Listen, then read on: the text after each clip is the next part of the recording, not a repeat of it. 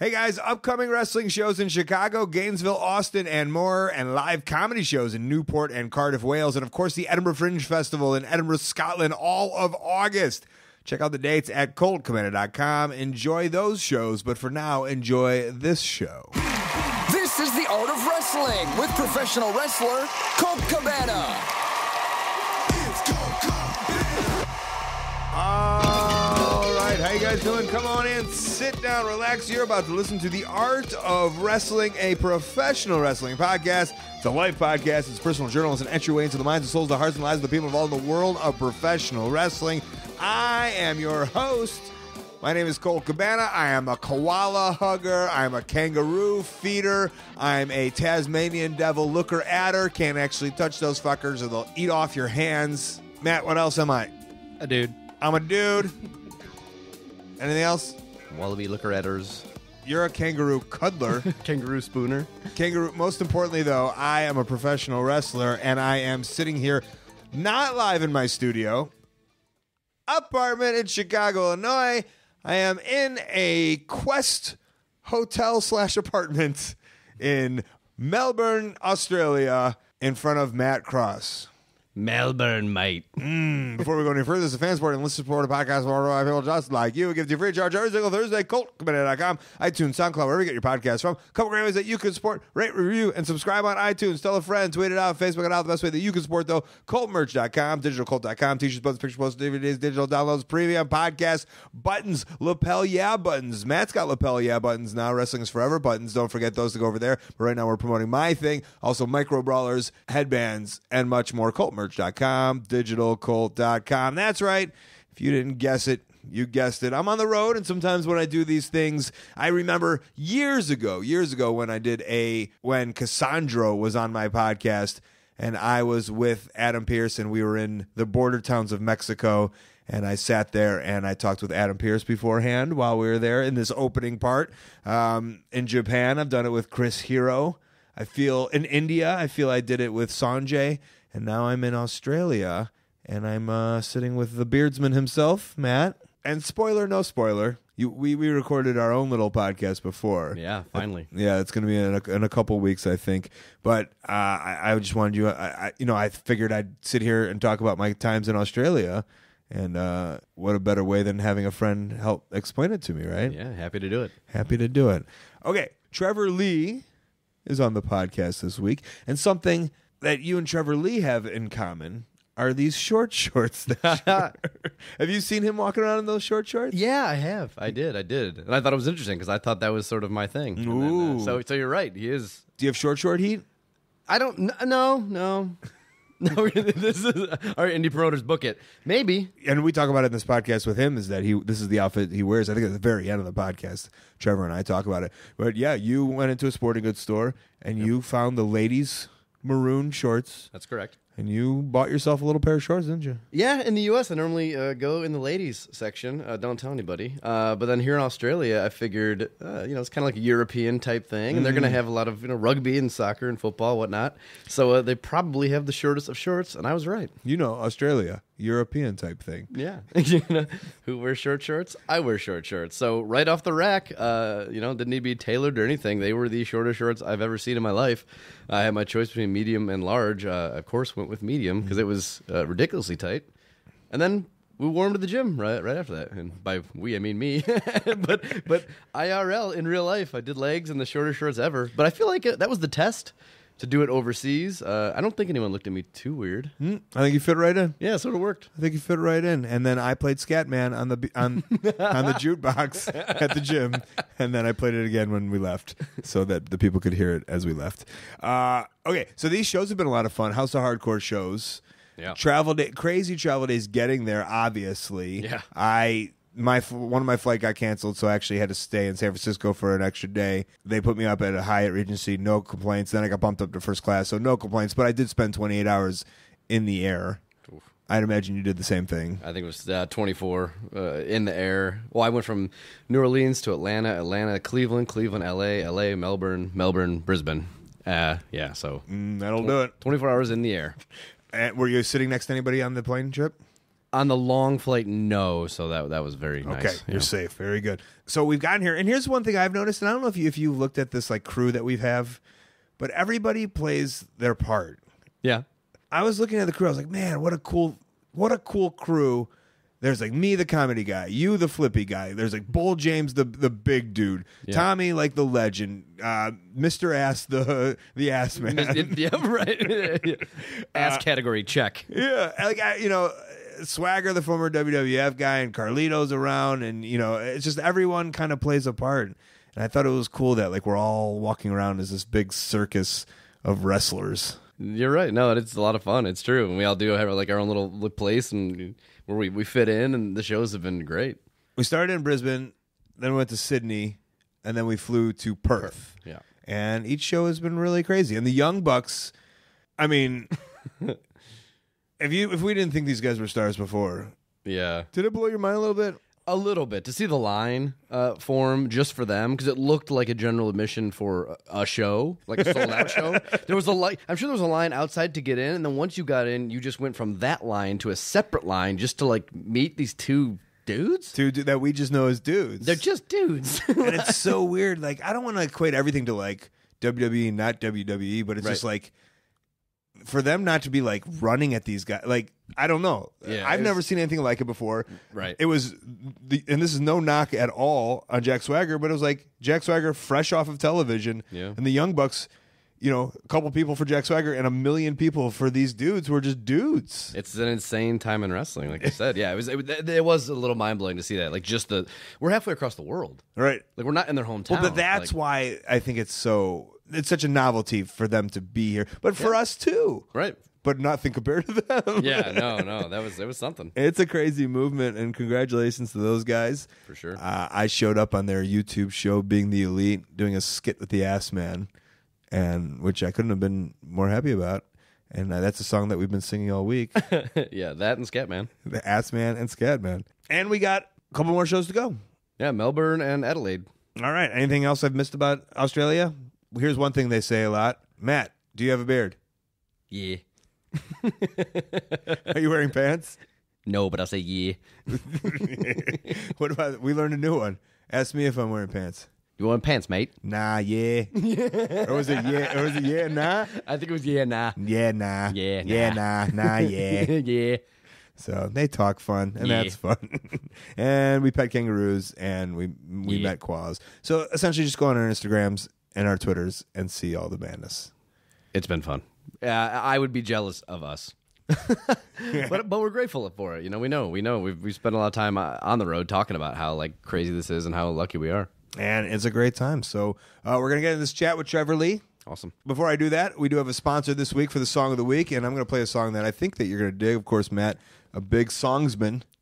Super into the songs. I think that's a word for sure. Sponsor this week is Stamps.com, and that's what I use for Colt merch. It's what I use to avoid the hassle at the post office. At Stamps.com, you can buy and print official U.S. postage for any letter, any package, any class of mail using your own computer and printer. Just click, print, mail, and you're done. Unlike the post office, Stamps.com never closes. Sometimes it'll be midnight, and I'll realize that I still have some work to do, and I'll just like start doing packages, and I realize I can do it because of Stamps.com. I put the merch in the bag, I weigh it on the free digital scale that Stamps.com sends me, and then I go to work. Now, Matt, you have Wrestling is Forever. You've got those T-shirts and buttons now, right? Yep. And you're still going to the post office, aren't you? I am still going to the post office. Now, have I or have I not been telling you? You have told me. I've said what? Stamps.com. But I've said you got to do it from home. Yeah. It's so much easier. But you like the idea of going to you right now, it's a little romantic. Yeah, it's still so new that me hobbling in there one thing at a time is kind of, there's something to be said for that. Right, but it'll get boring eventually.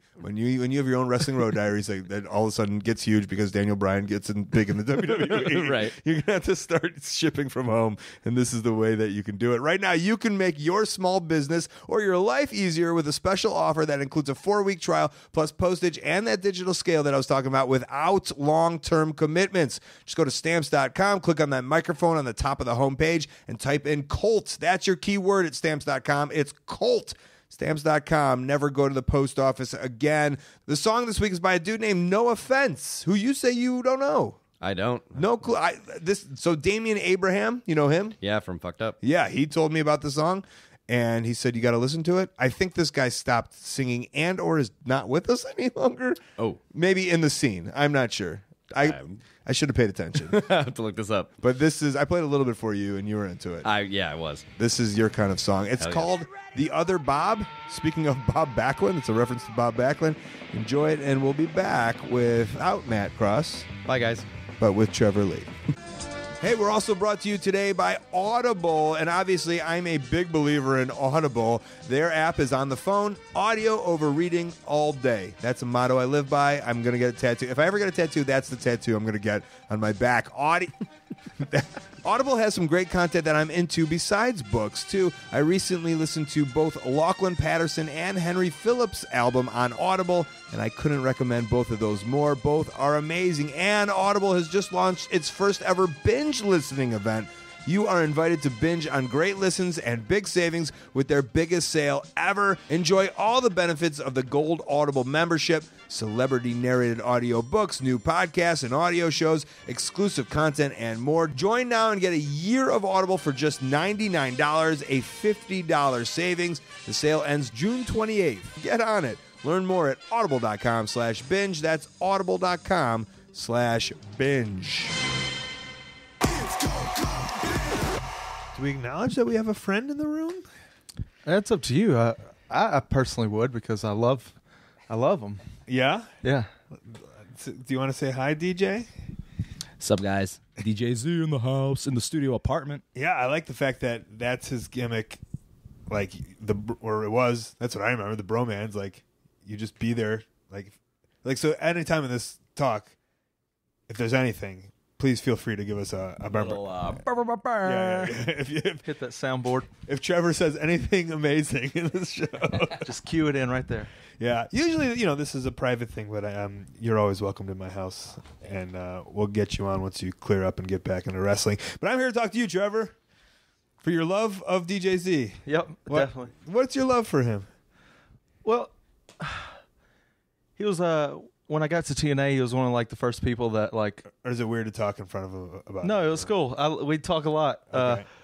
He was one of the first people that like really bonded with me, and then we like kind of bonded over like hip hop music and stuff like that, and then we had to call like all those crazy X Division matches together, and then I thought you were gonna say we had to call all our exes. no, yeah, I mean one day eventually, and we just like kind of meshed well together, and then I don't know. He's just a good dude, man. Just a good dude. Just a good dude, man. So Great guy to talk to. Yeah. Top little baby face. When you have, because that's what this show is. I mean, that's what essentially the show stemmed from. Yeah. Was I found myself having these kind of weird conversations with my friends in the locker room, and like they just get weird sometimes, Yeah. Or we just start talking, and Sometimes next they thing get real emotional. Yeah. Sometimes they get weird. Well, I mean, like you just said, like it's good. You like to have some talks. Yeah. Is there stuff that you'll bring up and? Dude, we'll get it all out. What do you get into? If we got an hour, I mean, I don't know. Like a locker room, nobody's in there, just the boys. We're all hanging out. Well, no, Usually goes to girls, doesn't it? not necessarily. Not for you. Maybe it's my generation. Yeah, ours is more like hotel rooms, just trying not to jay each other off. Well, I didn't meant with girls. I meant the conversation of girls. Oh no, we don't have the conversation of girls. It's more of like our fucked up childhoods and stuff like that. That's the conversation. Yeah. God, I wouldn't fit in that well. I had a pretty good childhood. Yeah, we're all kind of different people, I guess, in this business. Would I be banned from? Yeah, I don't think you would be invited in CNA. Yeah. Well, I mean, that's what I usually like to get into, and I'd love to hear about that. Kind of I guess so. Do you? Well, I mean, nothing. No, of course. I used to work at this shitty yogurt shop, and was it called that? Yeah, it was called Shitty Froyo, and I'd have to go in every morning and like clean machines like an hour before the place would open, and I'd always play your podcast. Oh, yeah, it was awesome. I always looked forward to it. I don't do any podcasts, but like this was one I wanted to do. You don't do any podcasts? No, because everybody's dumb and they just well, that's another reason I started my podcast. Yeah. Well, yeah. Oh, that's good. Because Yeah. I mean, I know you had told me that you listened before, so I assumed you wouldn't be against being on Yeah. and having a good time. Yeah. What Heck was the yeah. what was the job at, like, how old were you with the yogurt? This was Was that while in, it must have been in wrestling. Yeah, this was like Or am I that I'd say old? probably 4 years ago. Before like I had just like started with PWG, and that was like towards the end of my Froyo career. Mm-hmm. With just like finally starting to make it to these bigger shows and like seeing how awesome that is, and then Right. going back to work and clean up sprinkles after shitty little kids. I talked to this with somebody else. Is that there's that point. Everyone has that point where Yeah. you're almost ready to quit your job, but you still kind of need to do your job. Yeah. But you need to quit your job in order to bring your success higher, because you need to start dedicating to wrestling so you can be full time. Yeah, for sure. But you can't. You're not making enough money. Yeah. So it's that weird in between It's definitely period. a weird yeah. And you're doing this with the TNA stuff. You must be doing this full time. Yeah, but I pretty much did all I could to get myself fired at that job. And then yeah, I just lived off indie wrestling. What was? Did you have a decision in your head? I mean, I guess it was when you were trying to get fired. But like, I had that decision where I was a teaching assistant, and I was like, okay, I make whatever. I don't like to talk money on here, but it's like I make 11,000 as a teaching assistant. I make like 6,000 last year as a wrestler. Yeah. But like, I think I could live off of like maybe 8,000. And so I made that decision where like, okay, I think I'm going to go full time here. I don't know if you had a decision or Yeah, it was very because like in this situation I was in, like my life, it was very cheap. So really, what I was making in like one weekend of like a super indie show with Right. merch and everything was way more than I would make 2 weeks at shitty Froyo. Yeah. So then I just made that decision like, hell, if I can just do 1 weekend a month where I do a show, I'll be fine. I can pay my rent and I can live. Yeah, and because I was within the school year, so like that came to me. Like I would make same thing in one weekend. I'd make what I'd make in a 2-week check or whatever. But I was like, I can't quit in the middle of this, so I had to like, Yeah. I had to wait You had to out ride that it whole out. school year. Yeah. which is nice that you could just piece out. Yeah, that's like a real job. I was just like, these sprinkles can get cleaned up by anybody. and it's funny you say that because when I and you can hear the train behind us. We're in the studio apartment. I lived in the city of Chicago, like deep in the city of Chicago, where I'm sure it goes like San Francisco, New York, L.A., maybe Chicago in terms of expenses. But you're in, as we could tell from your voice, you're in the deep south. Just good old North Carolina, man. And it's a cheap way of living probably down there. Oh, for sure. And like, we'll go ahead and start. We'll start it out hot. I've always kind of had like weird living situations my whole life, so I never really I don't need a lot, you know what I mean? So like $300 and I can have a whole month's rent, you know what I mean? Sure. In North Carolina, so it's super easy. And live good. I mean, decent. I mean, having a house is living good to some people, right? Well, when I was in the city, we had a decent place, and like my friend and I think it was supposed to be like $1,200 a month split, but then we like I was gonna say Jewed him down, but I'm a Jew. Like, I don't think I say that. Okay, yeah. I'm trying to think of another adjective. I bargained him down to I don't know. It was like $425 a month. Yeah. in a nice little place. Yeah. in Chicago. Yeah. and so right. I mean, so That's I super assume in nice. North Carolina $300. You Yeah, got a like mansion. my rent now is like $635 a month. And what are you in this? Right in the city, Uh, or do you have a? yeah, city. The city of North Carolina, Yeah. as much as it can be, really. Well, what city is it? Charlotte? Burlington, so it's right in between Raleigh and Greensboro. It goes like Raleigh, Burlington, Greensboro, Charlotte. And why did you choose Burlington? Because CWF Mid-Atlantic was like a place that like I'd started going to a lot when I was wrestling in high school. Like I'd wrestled in a place like in my hometown, which was like near my hometown. It's called Sanford, North Carolina. But the promoter was just like the worst person in the world because I was a child, and he just had the stigma of like, oh, you're I don't know. You can't say to Well, the promoter was okay. the worst person in the world. Well, promoters and are you the were a worst. child. Well, just in the sense of like, because I was a child, he wouldn't pay me, or like he didn't think that like I deserved anything.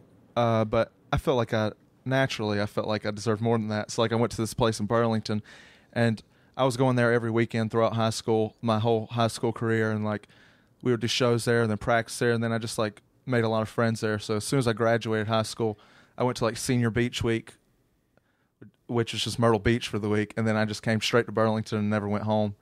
So then like I just kind of like lived at friends' houses, and then I ended up like living at the actual CWF building as well for like a year and a half. And then that's when I was living there when I was like, I think I'm going to quit this frozen yogurt job because now I'm making enough money. I can actually, I had no credit in my name, of course. So I was like, I have money now. I feel comfortable enough to pay my own bills. And then I got my own place finally like 2 or 3 years ago. So you were homeless for a bit. Oh, yeah. From 17 to like 21. Which, Yeah. I guess there's different stigmas to the word homeless. Because when I think homeless, I think these guys under the bridge in Chicago. Yeah. But there's homeless who you just didn't have a place to lay your Yeah, I've seen head. a lot of dudes' living rooms on couches, stuff like that. But in your head, were you like, these are the hard times? Or were you like, I'm just fucking around. I'm a young dude. Sort of, kind of hard times, but at the same time, I was devoting every day to wrestling. Like, I had a school, I had a capability of training every day if I wanted to. I got to like run the school, which helped me a lot, and then a gym right there. So every single day is just wrestling or going to the gym. So I mean, I knew it would hopefully work out. But What was the school? So what was like? Give me, because I like when I think of, I guess, North Carolina, I think of High Spots, and so High Spots, like I'd live in the High Spots place. It's huge. yeah, High Spots place is huge. You've never been to the CWF Sportatorium? Oh, you know what? I think I have. The new one, I don't know. You might have been to our older one, like we did like Dragon Gate shows and stuff there. I wrestled Zane somewhere. Yeah, I feel it was at a really nice place. I think that was for AML wrestling, wasn't it? No, Winston-Salem? no, No? it was in a. We have a nice little building, but like there's no air condition, there's no showers, there's stuff like that. Okay.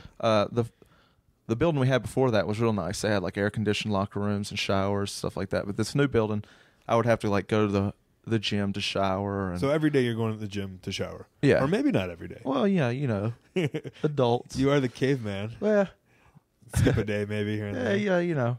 Right. And then like, okay, so in terms of a social life for a man with no home, like how does that work with you?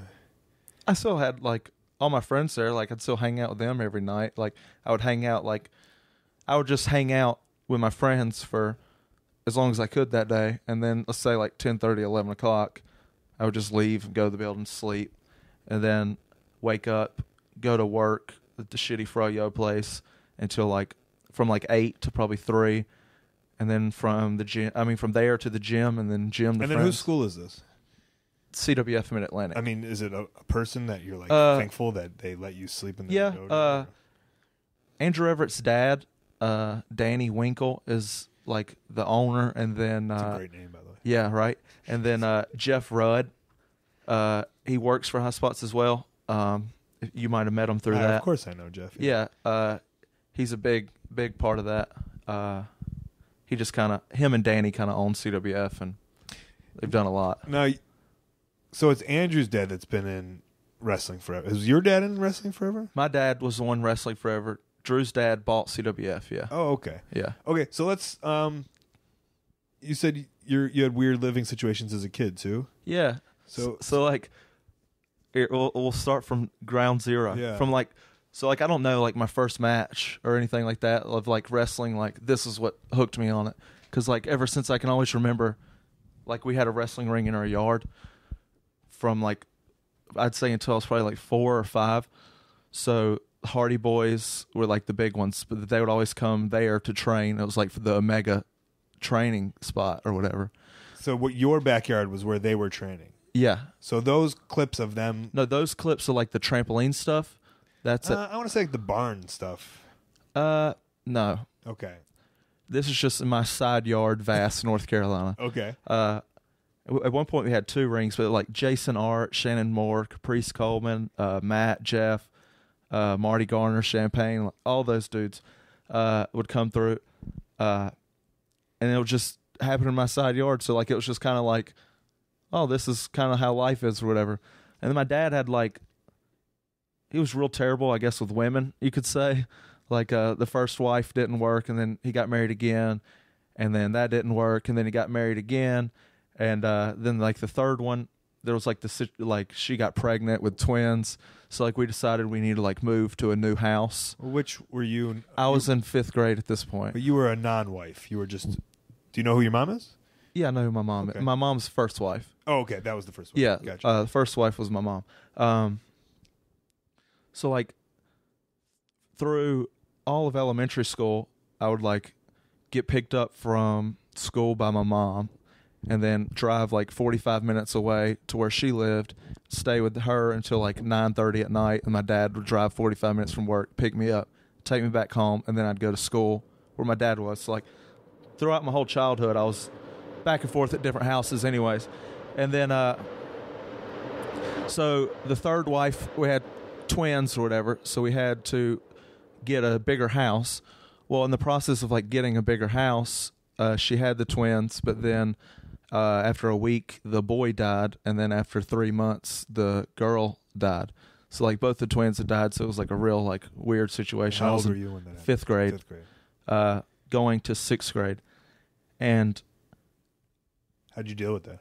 I was like there's this song by Bo Burnham called Art is Dead. Yeah. And I feel like it's me because I was that kid in school that was like a real piece of shit that just wanted attention. Like I just wanted some kind of attention from people. So like I was just a hellion. Like I would just get in fights all the time, like just juvenile delinquent shit. Is this before or driven because of? Like looking back on it. I think it's driven because of. Okay. It wasn't before at all. Like I said, like my fondest memories was like wrestling ring, and then like my second fondest memory was like my mom leaving the day she left. You know what I mean? So like it's like all these weird emotions. Like that's why like I said, I love DJ Z so much because like I've met a lot of people in this business that have like fucked up past that we can talk to, and it really helps. You know what I mean? Like as a kid, when like they would give me like anger management classes, stuff like that, I didn't see it as an avenue like that. Like talking about it does help, but like as an adult and meeting people like that, it really does. But anyway, so fifth grade, we get this new house, and within the first 2 weeks of living in the new house, like I had gotten like real sick, like just, you know, throwing up and pooping.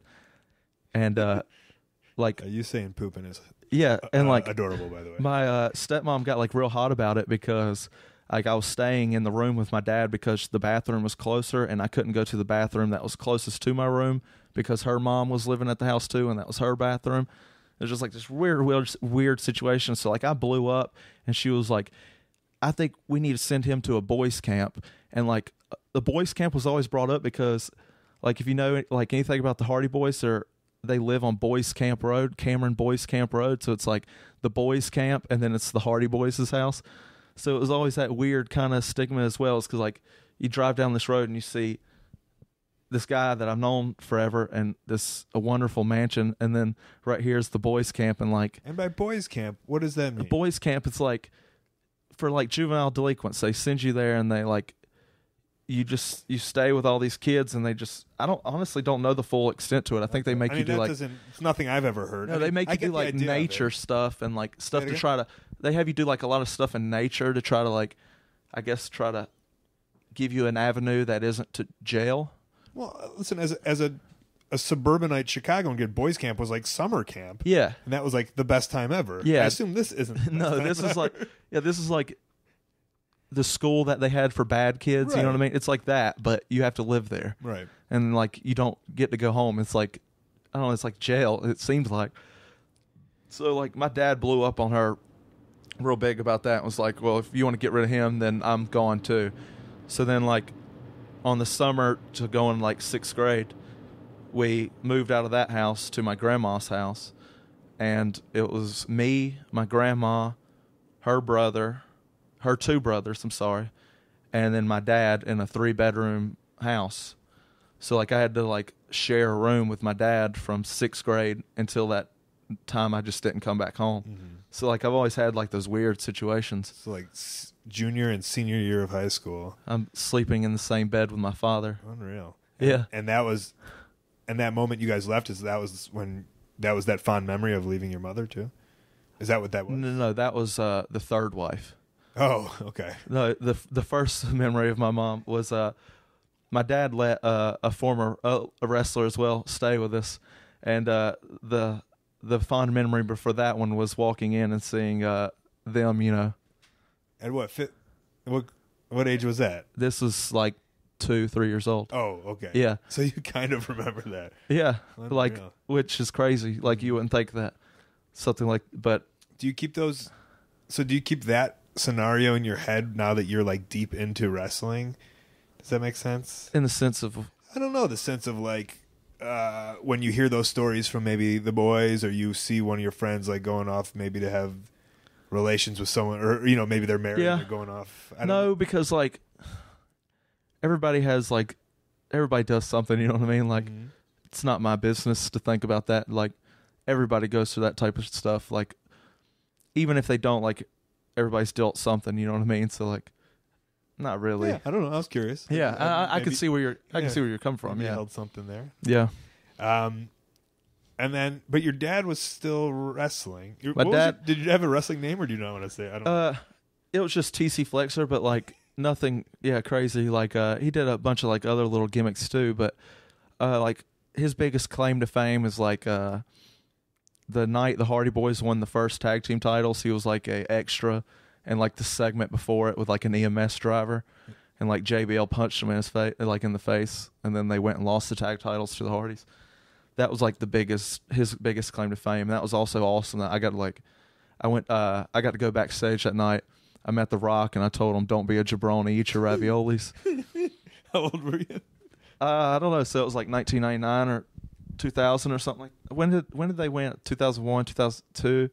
I don't know, somewhere in those years. Do you remember? Were you And I was like, 93 when I was born, so 10, 11 maybe. okay, that age. Yeah. And were you?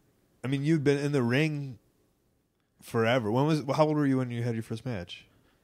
Well, Or do you not even remember? No, you no, said no. they blurred together? no, like I was always in the ring younger, but then like around, I'd say middle school, I kind of got away from wrestling. I don't know, it just wasn't something I watched anymore, and I was just like all about being like just a real shitty kid. Yeah. And then Well, hold on. When did being a shitty kid stop, or has it? it stopped. Once I finally started wrestling again, it stopped. So like, I got back in the ring to start wrestling again, 14, and started like training again. But then by the end of like almost 15 is when I had my first match. And so, right, 11, 12, 13, 14, you were shitty. Yeah. Just like real shitty? All the way up. Yeah, like I would get in fights in school all the time. We used to like just do a bunch of hood rat stuff, you know what I mean? Like, I mean, you don't know what I mean, I guess, but Well, no. like- I mean, to be fair, my friends and I did some bad shit, probably. yeah, just like real bad stuff. Like I would just get, like I got a few like assault charges in school for just like reckless, like taking anger out on kids and stuff. And so that was like real bad. And looking back at it, are you like, I was an idiot, or Oh, for sure. Yeah, looking back on it, I was like, yeah, I was a complete idiot, and like I know why I did it now. But And you know, like we even now, like I'll see someone do some, I don't know, like we remember those authority figures, and we were like, they were such assholes, and they were probably just good people. good, nice people. Yeah, I think of that a lot now too. Yeah. One cool thing though was like I had this lady. She was a principal for me all through elementary school, and then she was a principal in high school. So like she got to see me like be the worst. Like I had the worst out of everyone in the school of like what I don't know how they. What's the word I'm looking for? It was like Demerits, detentions, yeah, something like that. Like suspensions. time sent to the office, Right. like because they have to like I guess put it in every time you're in there. Yeah. So like they could just scroll through it and just count how many times I'd been in there. And then like we did the mega, like Shane Helms ran an Omega show there like a year and a half ago or something, and I like won the heavyweight title there at like my high school, and that principal was there, and she was like, I never thought that you would, you know, make it do anything, but looks like you're doing good. Well, that's And nice. that's always, you know, pretty Did cool. you have like a heart to heart, or did you just, that was just kind of the That was just it. And then I was just like, thank you. That's it.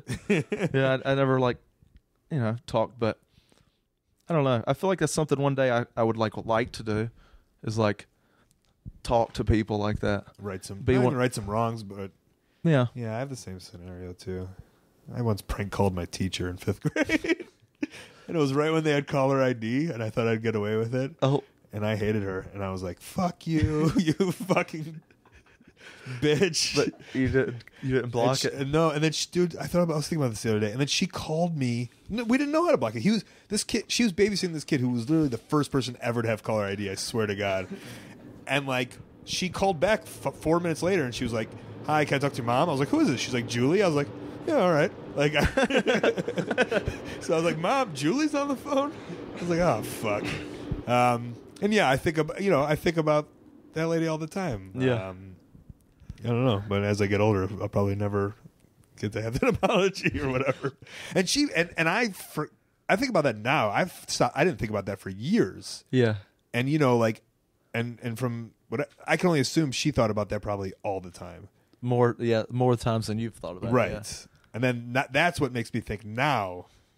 I think of her, how that probably affected her life. Yeah, I didn't think about that at all. Like during the times when I was doing stuff like that. Of course. Just like one thing or two with me is like I would always just talk shit, but then like if I felt like I got embarrassed, that's when I would really like it would always just turn into a fight then. So like I can just imagine like if I was feeling like that, how those other people were feeling, and then after things that like I did, like how they felt after that, like it's pretty fucked. Yeah, that's what podcasts are for, man. Yeah, right.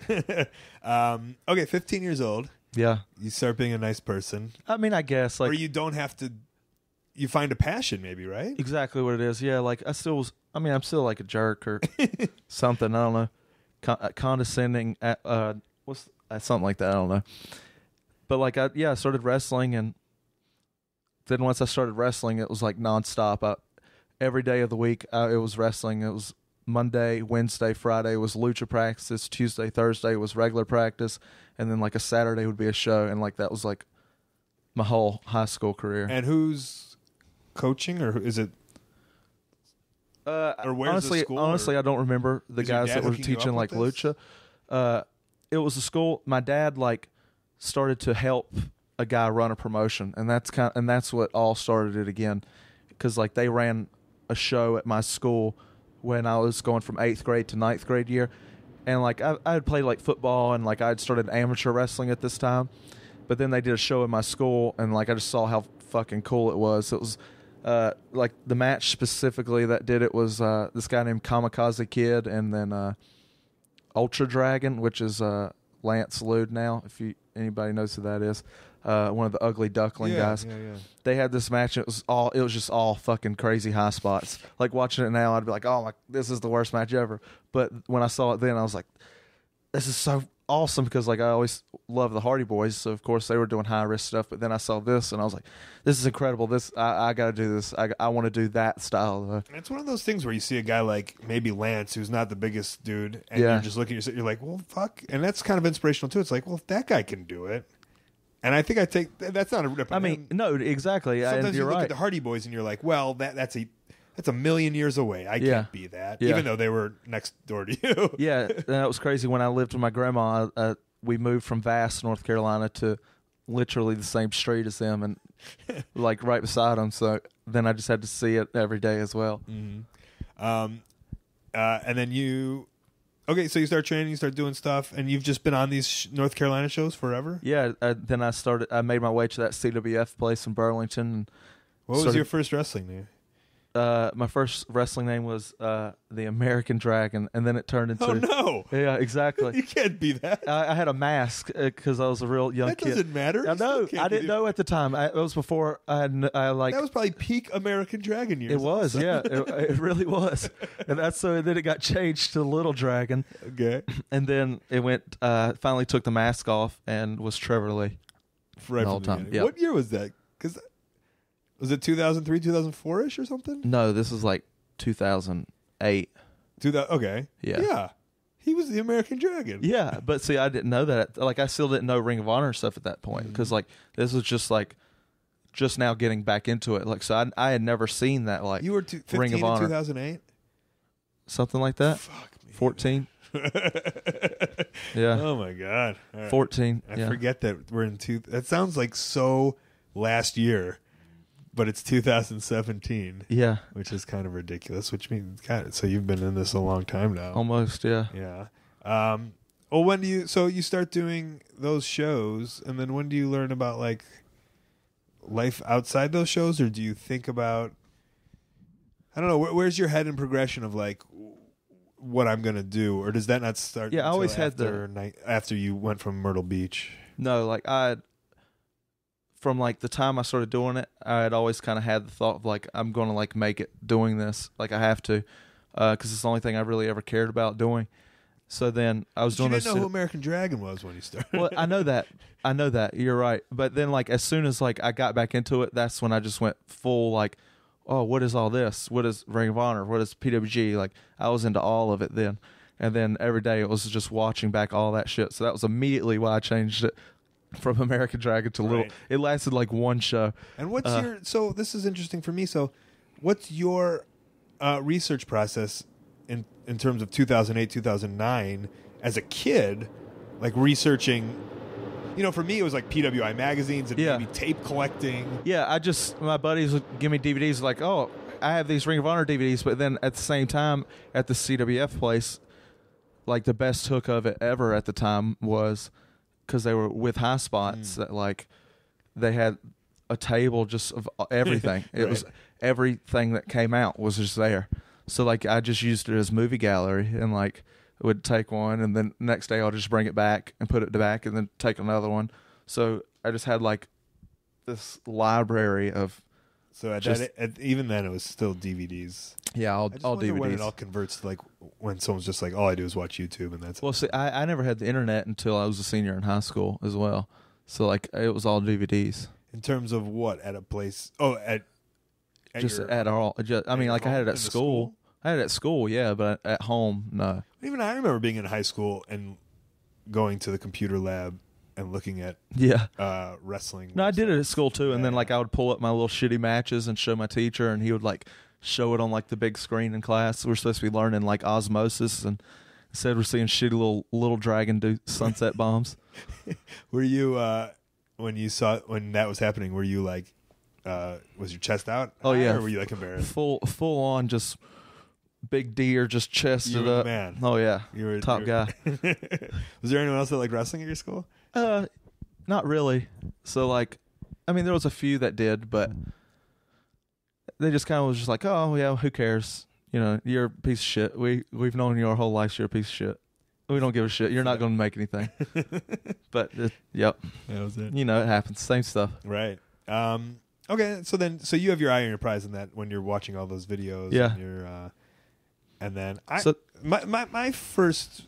Correct me if I'm wrong. You were in this like 6-way at the High Spots WrestleMania show that I wrestled Jeff Jarrett at. So it was a 3-way. A 3? Oh, was it a 3? It was a 3-way. Same 3-way that you guys took then to PWG. Exactly. Right? It was the week after. Right. So tell me, do you remember what year that was? That was WrestleMania 30. It was NOLA. In New Orleans. Yeah. 2012 maybe? Maybe. 2013? Yeah. So that's like my... That was my first big... That was your first big match? The week before it was my first big like breakout match, and then that weekend was like right after it. Right. So that's my first almost. Well, it's good to know that I'm hip on wrestling. That was your second. I have a story about that because it's funny you brought that up because I remember being in New Orleans with like all my friends, and like you were like across the street on like a crosswalk. And I don't know, we just like kind of made eye contact, and you gave me like a little heads up nod, and I was like, "Oh, that's pretty cool. He actually knows who I am." I like marked out for that. Yeah, I remember that right now. Yeah. So I'll give it to you right now. What's up, man? Yeah. But what were you? So to get to that point, yeah. So where do you like? Were you just? I don't know. What were you working towards, or how did you get that, or like in your head, how did you get there? So the first thing we did was like that first National Pro Wrestling Day. That Quack ran or whatever. Oh, well, I was there. Yeah, we had CWF had a match on that show, and it was me and this guy named Rick Converse versus Andrew Everett as Chiva Kid. I remember and Eric Royal, and like we had like a great match then, but Drew did the double moonsault and it broke my jaw. Oh, And so like I was wired shut for like 8 weeks after that. See, that's what I remember being the talk of the thing was that this, and that's kind of like, that's his downfall and upfall is like, Yeah, for sure. right, is like this kid can do a double moonsault, so like it's almost like I don't give a fuck about anybody else in this match. Yeah. I just want to see this double moonsault. Yeah, And so, that'll like, be the only gift that I'll remember For or sure. whatever. So like DJ Hyde was there, so he was like, "Oh, CZ dub everything," you know. So we were like, "Oh, cool!" Like we have these opportunities, but then we didn't think my jaw was broken, and so I ended up getting wired shut. And then that's when Drew started doing CZW and doing springboard shooters every night. Right. And so then like I was like, "Oh, well, I fucking missed out on that, whatever." But then that PWX company that runs in North Carolina as well. I worked Cedric on that show, and Kevin Steen was in the at merch table and just watched it, and he was like, "I think you'd be really great in PWG." Wow. But then nothing ever came of it. But then like a year later, Cedric texted me. I was like, "What's your email?" And like I had never gotten that question question before, you know what I mean? So I was like, I thought you said I'd never something. gotten an email, but I don't have email, so Yeah, let me create this email real quick and then send you. So I sent it to him. He was like, "I think we're getting booked for PWG," and I was just like, "Wait, what?" Because I haven't done anything at this point. I haven't done CZW, Ring of Honor. I had done some Ring of Honor camps, but nothing would come of it. So it was like, "What?" And then it was like, "Yeah, in 2 weeks we're doing PWG, but don't tweet about it because it's like the mystery vortex thing." So then we got that opportunity. Also, and they didn't ask you? What if you were booked that day for... I was booked that day and I completely canceled it. I was like, who cares?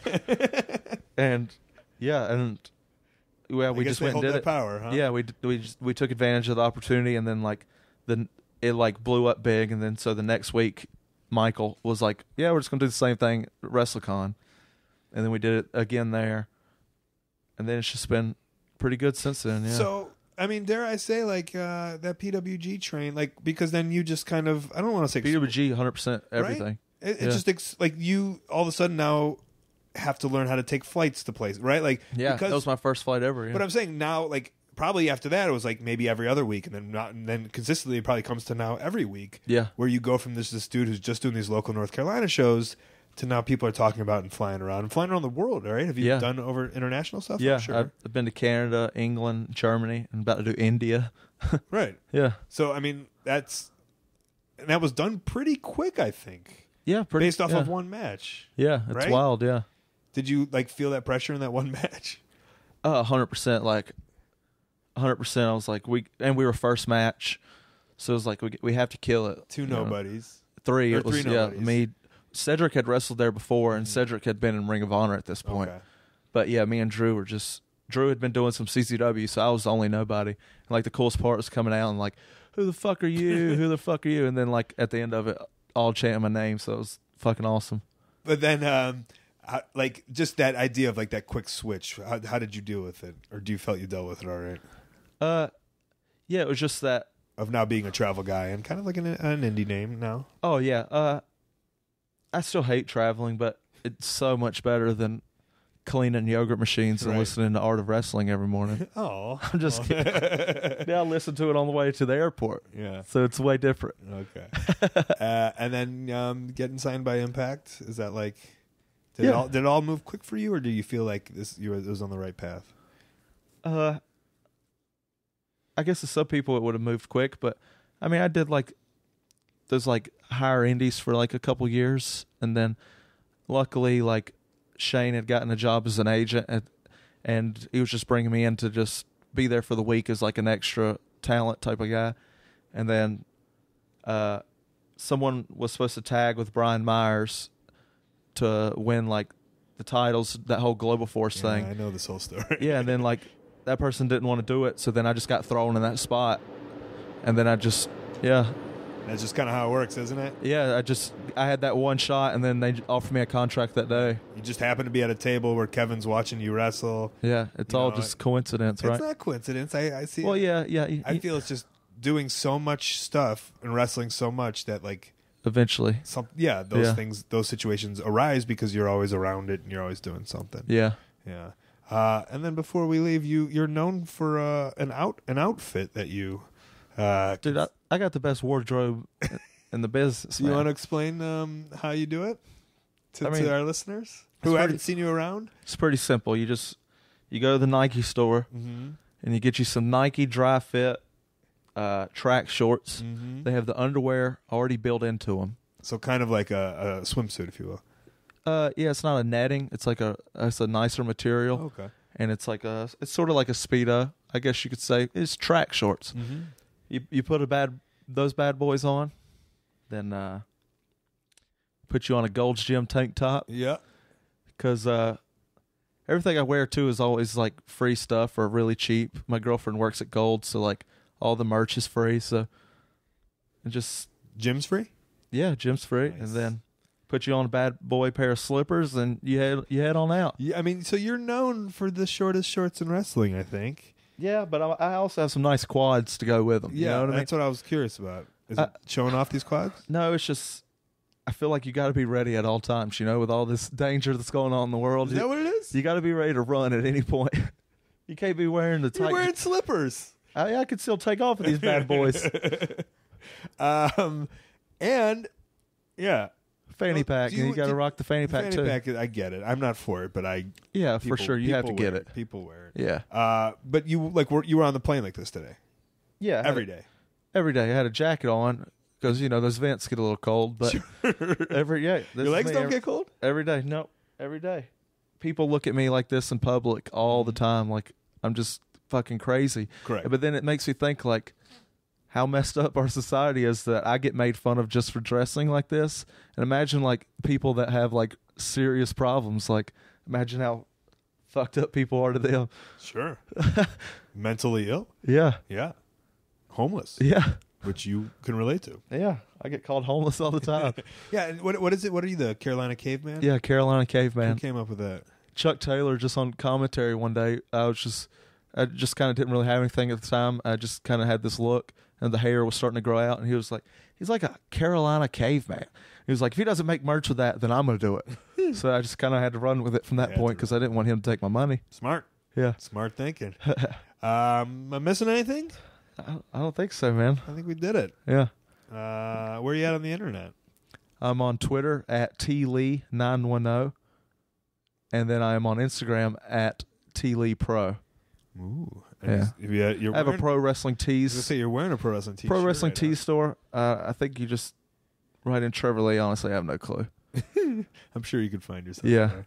And you're going to India, which might have happened when this comes I heard out. you had a cool little story about that where you got a bunch of bicycle helmets for like $4. Yeah, I was super excited, and I never wore them because I don't wear bike helmets. Yeah, man, you're too cool for them. It's not I'm too cool for them. I feel embarrassed when I wear them. Yeah, That's bad. because you're too cool. It must be it. Yeah. In my head, I want to be cool. Yeah, It's not I am too cool. I want to be cool. you want to be cool, So so you don't wear it. I don't want people to see. Danger is cooler Yeah. than safety. I got some India money. You want it? I mean, I'll take money. Yeah, I think it's like Yeah. $90. I'm never. So that's like fine. $1.50 in American. Yeah, you can you can literally have the time of your life over there. It was great, and I hope you have a good time. Yeah, I hope so too. We were in the weirdest part. It was just like the middle of nowhere. For anyone who's interested in that, Sanjay and I did a podcast while we were there about it, and he gets to go back, and now he's taking the team. Yeah. So have a Good good old time. Buy some bicycle helmets for me, and I appreciate you being on. Yeah, man. Thanks for having me. Thanks, bud. Okay, Trevor Lee talking about those short shorts. Still got that short heat, Matt? Now more than ever. Oh, my God. Oh, man. All right. Thanks, Trevor, for being on the show. Before we get out of here, let's get in some plugs and Upcoming events. All right, the best way that you can support ColtMerch.com and DigitalColt.com, Twitter and Instagram at Colt Cabana, Facebook/AOW Podcast /Colt Cabana. I got a storytelling podcast called Pro Wrestling Fringe, plus past archives of the show. They're ad-free, and they're available on howl.fm/Colt. Use the code COLT. Get yourself a free month. ColtWrestling@gmail.com is my very public email. Maybe you want to put me on your show or convention. I got a YouTube channel I got videos up on, and ColtCabana.com is my website. There, I got a P.O. box, and you can send me some snail mail. Matt, what are your plugs, bud? Ooh, wrestlingisforever.com and everything else. MDog Matt Cross, one word, on Twitter, Instagram, and Facebook. Perfect. Upcoming. I'm in Australia. Matt and I both still have this 23rd and 24th of June show. Melbourne and Adelaide. houseofhardcore.net. July 8th and 9th, Newport and Cardiff, Wales. tinyurl.com/Comedy Wrestling Newport and Comedy Wrestling Cardiff. Saturday, July 15th, Marionette Park, Illinois, AAWrestling.com. Saturday, July 22nd, Austin, Texas, WrestleCircus.com. Sunday, July 23rd, Gainesville, Florida, FestWrestling.com. Saturday, July 29th, Concord, North Carolina, doing commentary for ROHWrestling.com. August 4th through the 27th, every single night at 10:20 p.m., the Edinburgh Fringe Festival at the Monkey Barrel. Please come to the shows. Brendan Burns and I will be making funnies, making jokes at fringe.com. Matt, you got any upcoming events? I'm somewhere every weekend, man. I'm a pirate, so just keep an eye on my socials. I like how you said socials. What the kids say. Very hip. All right, big thank you to you guys at home for listening, as always. Thanks to Trevor Lee for being on the show, and thanks to Matt Cross for hanging out with me here in Australia. Hot dog. That's right. Thanks, Kevin Guy Jeff and Stu Stone. Thanks, Kid Russell, Matt Jenkins on the music. Dane Miller and Creaky with some tech. HighSpots.com is a sponsor. And they're amazing. They have a VOD service that is wonderful. That's where you can watch PWG, some $5 wrestlings. I got AMA knee pads, gear, masks, so much more. OneHourTees.com. They help run Pro Wrestling Tees.com. That's the place where you can support your favorite independent wrestlers directly. Matt, you got a Pro Wrestling Tees shop? Absolutely. What is that? ProWrestlingTees.com/Matt Cross. And mine's /Colt Cabana. And let's not forget about tweakedaudio.com/Colt. Earbuds that I use get over 30% off free shipping just because you listen to this show. That's it. Any last parting words? Hot dog. Usually it's like a specific amount of words or a sentence or a paragraph, but you have... I got 2 words for you. Hot dog. This whole trip has just been, we've been slap happy for days, dude. We don't sleep at all. So to keep myself going, I just think about hot dogs, which I don't eat, by the way. Let that be known. This has been The Art of Wrestling. For Matt Cross, I'm Colt Cabana. Thanks. That's the first time I've ever said for anybody else, it's me. Oh, yeah. That's a first. Right. So, For Colt Cabana, I'm Colt Cabana. this was for Matt Cross. So congratulations. You used it for a real thing. We did it. Buttons, pictures, posters. Hot dog. Hot dog.